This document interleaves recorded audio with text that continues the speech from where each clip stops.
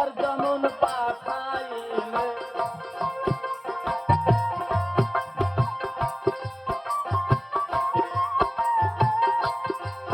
দয়াল যেমন সেথায় রেখেছিলে আবার যেমন পাঠাইলে তেমনি সেটাই নিয়ে তুলে তেমনি সেটাই নিয়ে তুলে রেখো তোমার সঙ্গে করে যা করেছি ভুল করেছি ক্ষমা করো এবারে যা করেছি ভুল করেছি দয়াল ক্ষমা করো এবারে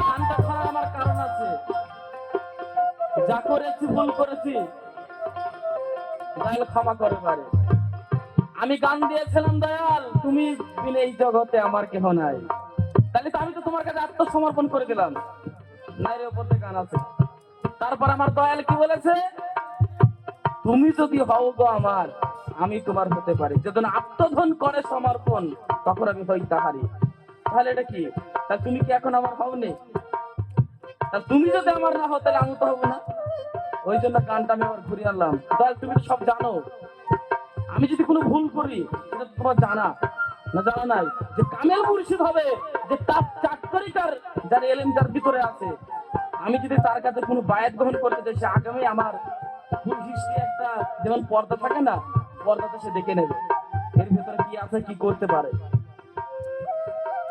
মুহাম্মদ তো বলে দিয়েছে যে যেই মুর্শিদ সেই রাসূল এতে নাই কোনো ভুল খোদা সে হয় তা তুমি তো খোদা আবার তুমিই নবী তুমি আবার মুর্শিদ তাতে তুমি সব পারো তাহলে আমি মুস্তাকিম কিভাবে চলবো না চলবো কিভাবে ঘুরবো না ফিরবো তুমি জানো না তাহলে পরে গানটা কেন দিল তুমি দয়াল খুব ভালো বলেছে আমাকে সুযোগ করে দিয়েছে বলার তাহলে আমার উচিত বলা দয়াল সঙ্গে কিছু জানার তাহলে পাপ করেছি আমি যত তাহলে শাস্তি তো দিলে না তত শাস্তি দিলে না হে তোমার মহিমা কত সদাই দয়া করছো আমারে যা করেছি ভুল করেছি ক্ষমা করে দাও আমি যদি কলঙ্ক দিয়ে এই গ্রামে যদি কিছু আমি খারাপ কাজ করি বলো কিরা মুস্তাকিম এসেছিল আর সাথে কে এসেছিল মুস্তাকিমের গুরু এ গেরালে তাহলে আমার থেকে বাসটা তোমার যাবে আমার বেশি যাবে না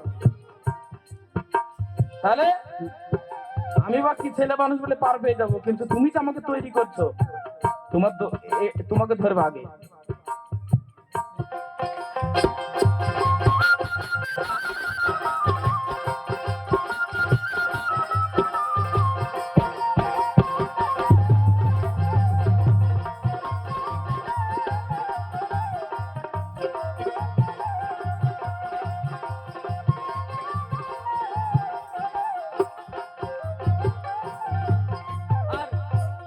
যেমন দয়া করছো হে ভাই তুমি তেমনি দয়া করো সেটা যেমন দয়া করছো হে ভাই তেমনি দয়া করো সেটা আমার জীবন যেন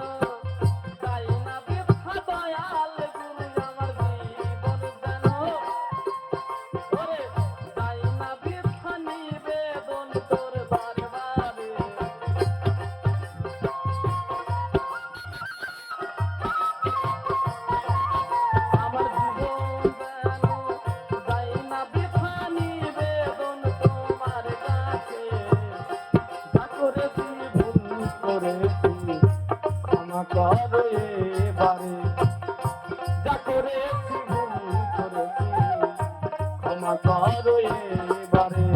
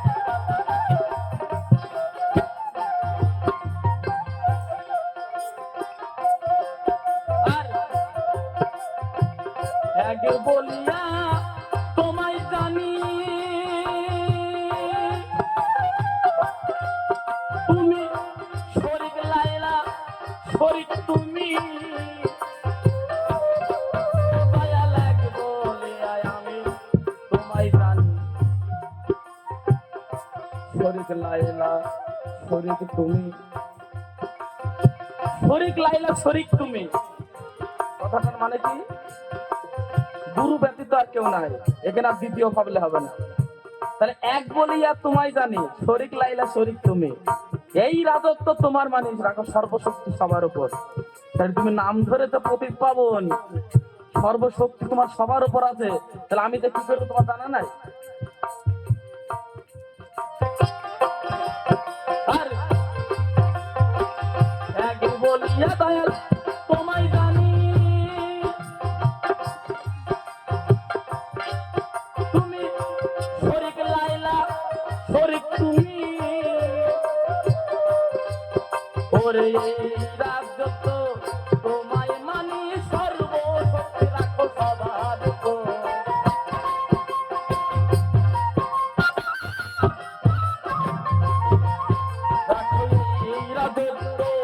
তোমায় মানি, সর্বশক্তি রাখো সবার উপর।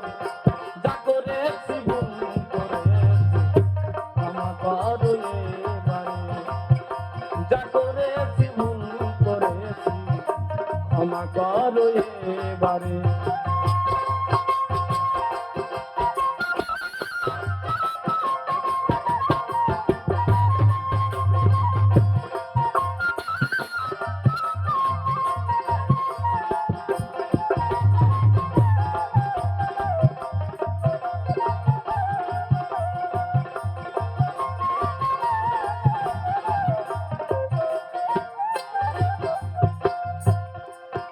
আর যেমন বেথায় রেখেছিলে দয়াল, আবার তেমন পাঠাইলে, আবার তেমন পাঠাইলে।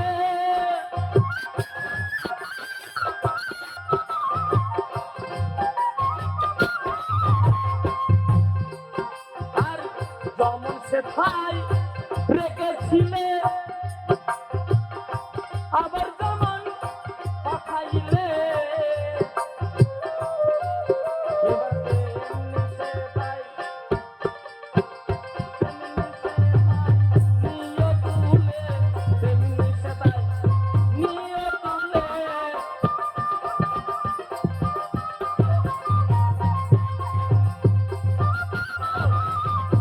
তেমনি সেথায় নিয়ে তুলে রেখো তোমার সঙ্গে করে।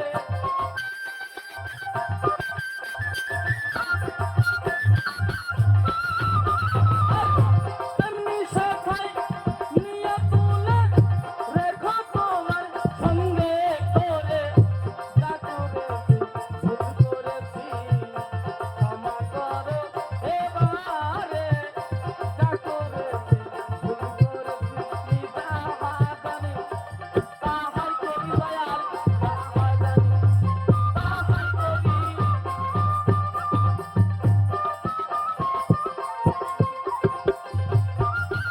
আমি যাহা জানি তাহাই করি, তাই বলতেছি তোমারে।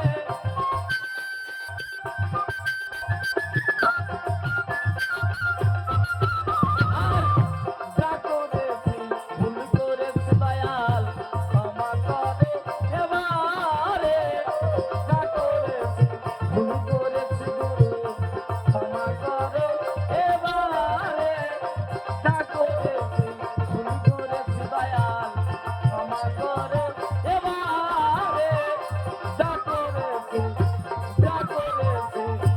ভুল করেছি।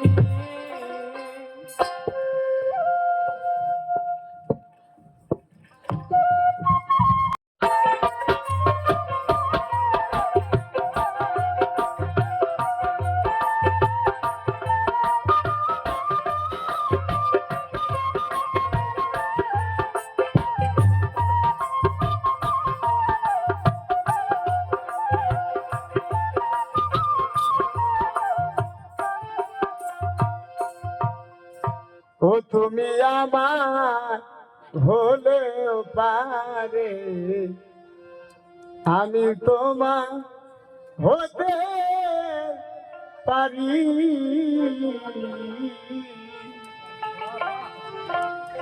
ওরে যে নাট্য ধন রে সমর্পণ গো ওরে আমি তখন আমি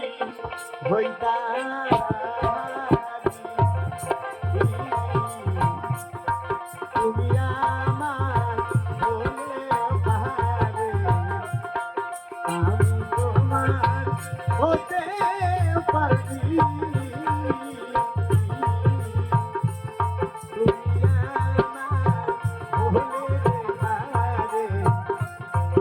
আমি তোমার হতে পারি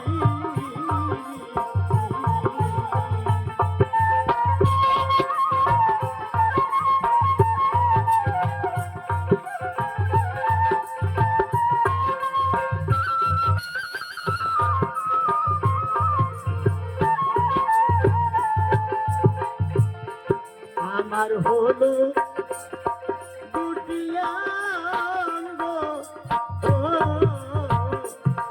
একটি অন্তরঙ্গ হইয়া বহিল গো।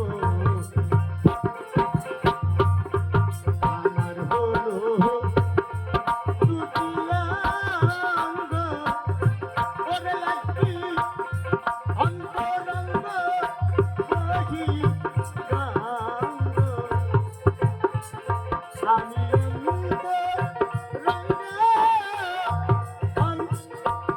অরে ধরি ওরে আমি বাজি রঙ্গ বাজিয়ে রাখি ওরে পাগল তুমি আমার বলে পাহাড়ে আমি তোমার হতে পারি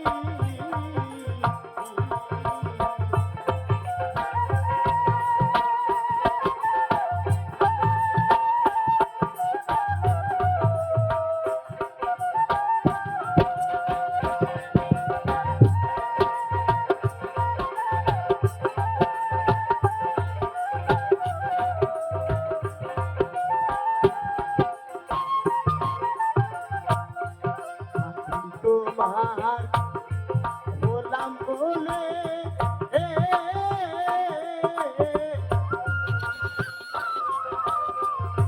মন প্রাণ বেদনা তাই রে ওরে পাগল আমি তোমার গোলাম বলে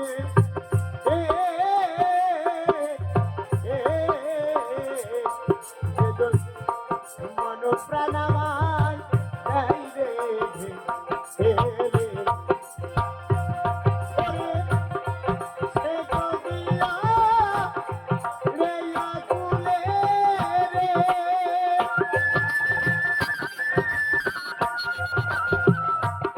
এবার সে যদি পা রে আকুলে পার করে দি ভগবানী তুমি আমার মোহনে পারে আমি তোমার হতে পারি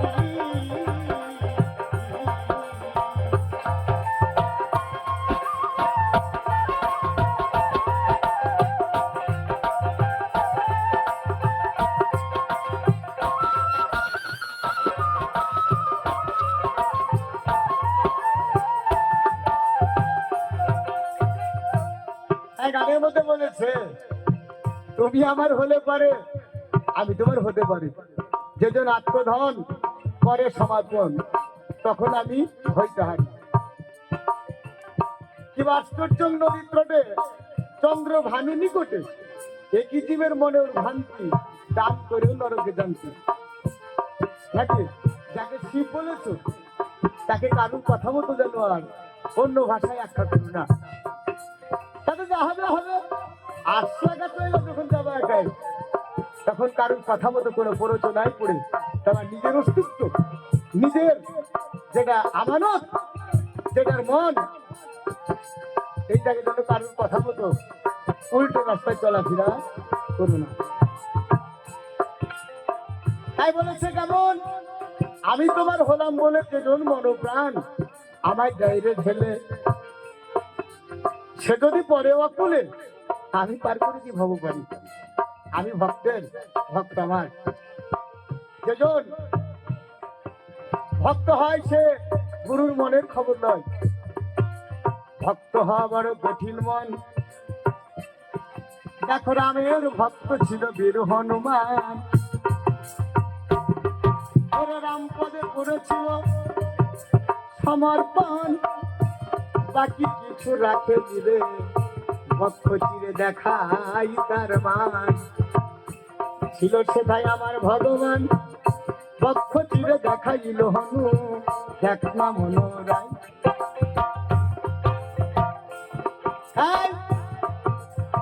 ভক্ত যেজন রামের ভক্ত ছিল লক্ষণ সর্বকালে, কারণে অকারণে তার বান শোভিল। কিন্তু এত কষ্ট করার পরেও লক্ষণ যে রামের চরণ ভুলেছিল, কারোর কোনো প্ররোচনায় পড়ে নাই, রামকে যে সমর্পণ করেছিল ভক্ত প্রভু রূপে। এ কথা গুরু ছাড়াই আর জানে না রে, ভক্ত ছাড়া বোঝে না রে।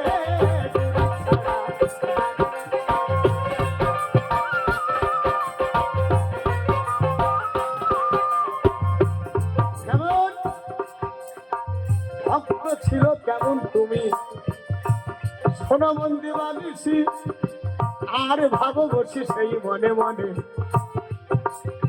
কর্ণ রাজা নামে ছিল বড় দাতা, কি করেছিল জানো, সে অতিদ্রুম পুত্রকে নেশেছিল। শুধু গুরুর দেশে, সে ভক্তের দেশে সে নিজের পুত্রকে সে কেটে রান্না করে প্রভুর সেবা দিয়েছিল। পারবে কজন?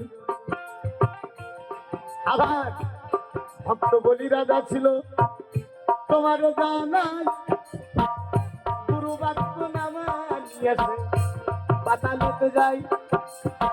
গুরু বাক্য কেমন শোনো, বলি যে তোমারে। এই ভক্ত বলি রাজা এ বড় দান সামগ্রী ব্যক্তি, কেউ যদি কোনোদিনই দান চাইতো কাউকে সে ফিরাইতো না, সবাইকে করতো দান। বলি যে তোমায় এবারে প্রভু দান চাওয়ার জন্য আসবে।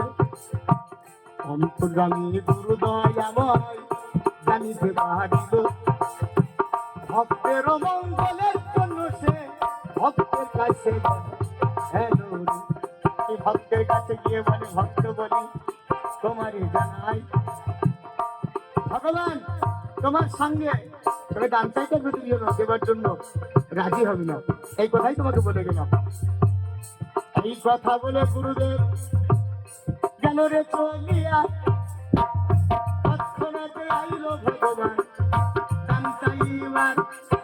আরে দান চাইবার জন্য সে দরবারে পৌঁছাইল। প্রণাম গ্রহণ করবেন মহারাজ, আমি একজন পথিক, আপনার কাছে সামান্য কিছু দান চাই, আপনি দেবেন কিনা বলুন। বলো সামান্য দান, কি দান? আমি ত্রিপদ ভূমি জায়গা আপনারা রাজ্যের মধ্যে গ্রহণ করতেছি, আপনি কি দেবেন? এখন বলি রাজা মনে মনে চিন্তা করে, ত্রিপদ ভূমি জায়গা তো সামান্য, এক পদ বা তিন পদ, এই তো ত্রিপদ ভূমি। আমার এত বড় রাজ্যের অধীশ্বর, আমার ত্রিপদ ভূমি যদি জায়গায় চলে যায় আমি জন্য অসুবিধা হবে না, আমি দান দেওয়ার জন্য রাজি। কিন্তু গুরুদেব চিন্তা করলো, আমি যাকে নিষেধ করেছিলাম আমার বাক্যটা কেন শুনলো না। এবার ভগবান বলছে আমি এইভাবে তো শপথটা গ্রহণ করবো না, তুমি কুমন্ডলীতে জল না নিয়ে ওই তুলসী গাছের উপরে ঢেলে শপথ কর। এবার শপথ হয়ে গেলেই বাক্য গ্রহণ হবে। এই কথা বলার জন্য বলি রাজা প্রস্তুত হয়ে গেল, জল নিয়ে ঢালার জন্য প্রস্তুত। ইতিমধ্যে প্রভু গুরুদেব ভক্তের জন্য একটা ভোল্লা রূপে কুমন্ডলী নলের মধ্যে ঢুকে গেল।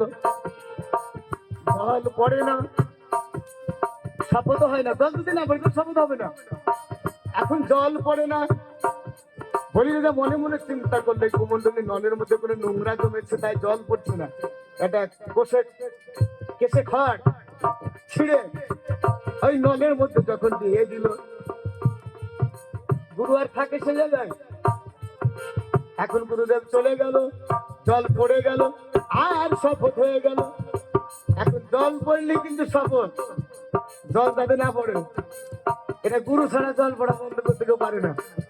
এখন জল যদি পড়ে যায়, কতদিন ফিরকাল্লা শুরু হবে, এতে সুখ হইতে পারে, দুঃখ হইতে পারে জল পড়ার কারণে, নাকি? এখান থেকে সুখ আসতে পারে সংসারে, দুঃখ আসতে পারে, এর জন্য ভোগ তোমাকে করতে হবে। আই জল যখন পড়ে গেল, শপথ হয়ে গেল, ত্রিপদ ভূমি জায়গা, গুরুদেব তার দায়িত্ব নিল না। প্রথম পা যখন দিল স্বর্গ ঢেকে গেল, দ্বিতীয় পা যখন দিল তখন মত্ত চলে গেল, স্বর্গ মত্ত শেষ। এখন আর এক পা দেবে, আর তো বাকি নাই, জায়গা শেষ। বলে বলি আমি কোন জায়গায় রাখবো? বললো প্রভু আমার তো জায়গা না, আমি ছলনা তো বুঝি না। বলে আর এক পা বাকি, আর এক পা কোথায় রাখবো? বললো মাথায় রাখো। মাথায় যে রাখলো, আর বলি দাদা ভস্ম হয়ে গেল। এখন এর ভেদে প্রমাণে কি বলে জানো মন? এই গুরু দুষ্ট হলে কৃষ্ণ রাখিতে না রে, আর যদি কৃষ্ণ দুষ্ট হয় গুরু রাখিতে পারে। আমার গুরু দয় আমার নিজের বন্ধু, ওরে আমার লাখে কাহের বাদল, কাল তো গমন গুরু সত্য।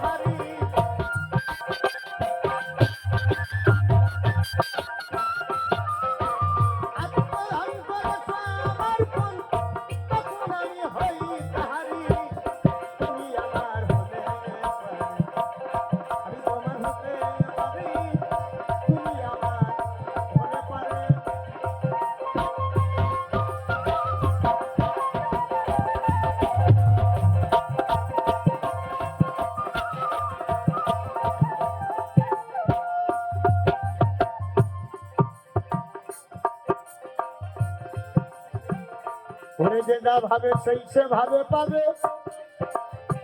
যে ভজিবে মোর স্বভাবে।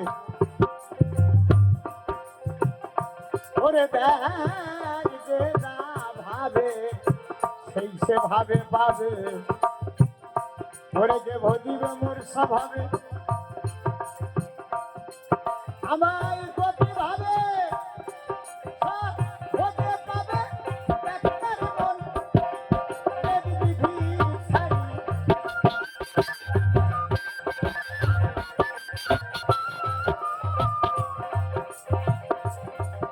আমায় গোপী ভাবে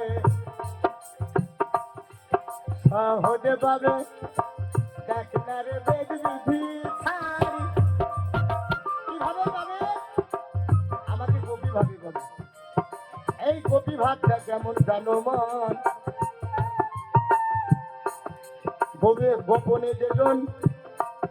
গোপনে যেজন গোবিন্দ ভজে সেই হয় গোপী। ওরে গোপনে যেজন গোবিন্দ ভজে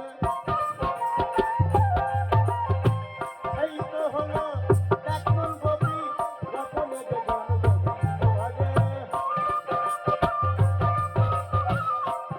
এখন এই গোপনে গোবিন্দ ভজা কেমন? আল্লাহর ভগবানের আর এক নাম, অনেকই তো নাম, কিন্তু আর একটা নাম হলো পতি। পতি মানে কি? স্বামী। স্বামীকে ভালোবাসে কে? যার যার বউ, আপন আপন বউগুলো স্বামীকে ভালোবাসে, পতিকে ভালোবাসে। এখন জগতের প্রতি আল্লাহ ভগবান, আমরা হলাম সবাই তার প্রকৃতি, নাকি? যদি আমরা প্রকৃতি না হবো তাহলে আমাদের একটা বিধান আছে, যেমন ইসলাম শাস্ত্রে পুরুষরা নামাজ পড়তে যায়, একটা টুপি মাথায় দিয়ে যায়। কেন? টুপি মাথায় দিয়ে বলতে হয় স্বামী হলে মান হামিদা, এটা বলি না? স্বামী স্বামী বলতে হয়। কাজে এটা প্রকৃতি ভাব পাত্র। গোবিন্দকে যদি ভজতে হয় গোপনে ভজতে হবে, কারণ একটা স্ত্রী মানুষ তার স্বামীকে কতটুকু ভালোবাসা দিল, এই কথা যদি সকালবেলা একটু জিজ্ঞাসা করে বলবে নাই, কথা বলা যায় কাউকে। এইরকম স্বামী ভজতে হয় গো। এই বৃন্দাবনে যে জন গোপনে গোবিন্দ ভজে, সেই তো হলো পরম ভক্ত।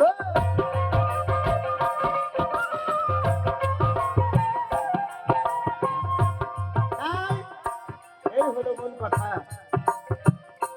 যে যা ভাবে সেই সে ভাবে পাবে, যে ভজিবে মোর স্বভাবে, গোপী ভাবে সহজে পাবে, বেদ বিধি ছাড়ি। তখন তো যাই না গেছে, সে আর কাউকে বলে সে কথা বলা যাবে না। হ্যাঁ হ্যাঁ বাবা বলে। হুম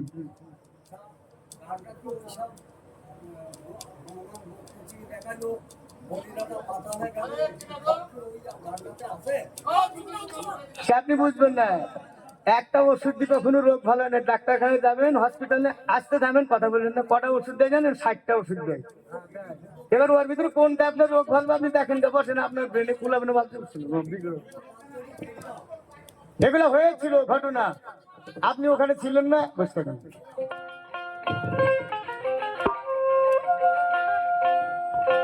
আত্মধন করে সমর্পণ,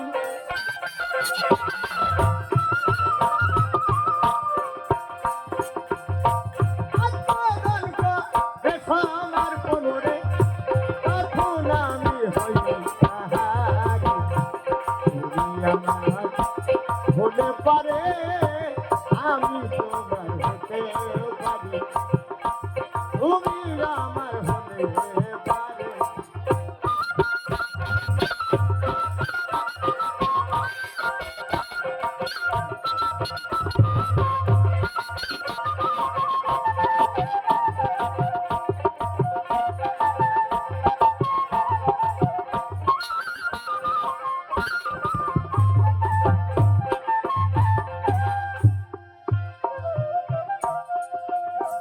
ওরে গুরু স্নান বলে রাধে সন্ধ্যা,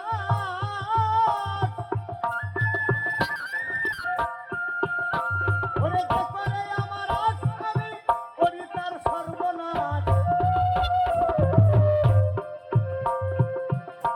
ওরে গুরু চাঁদ বলে রাধা শ্যাম দাস, ওরে যে করে আমার আস, আমি করি তার সর্বনাশ। এবার শেষে যদি না ছাড়ে পাশ, শেষে যদি না ছাড়ে পাশ, ওরে সেবার অধিকারী।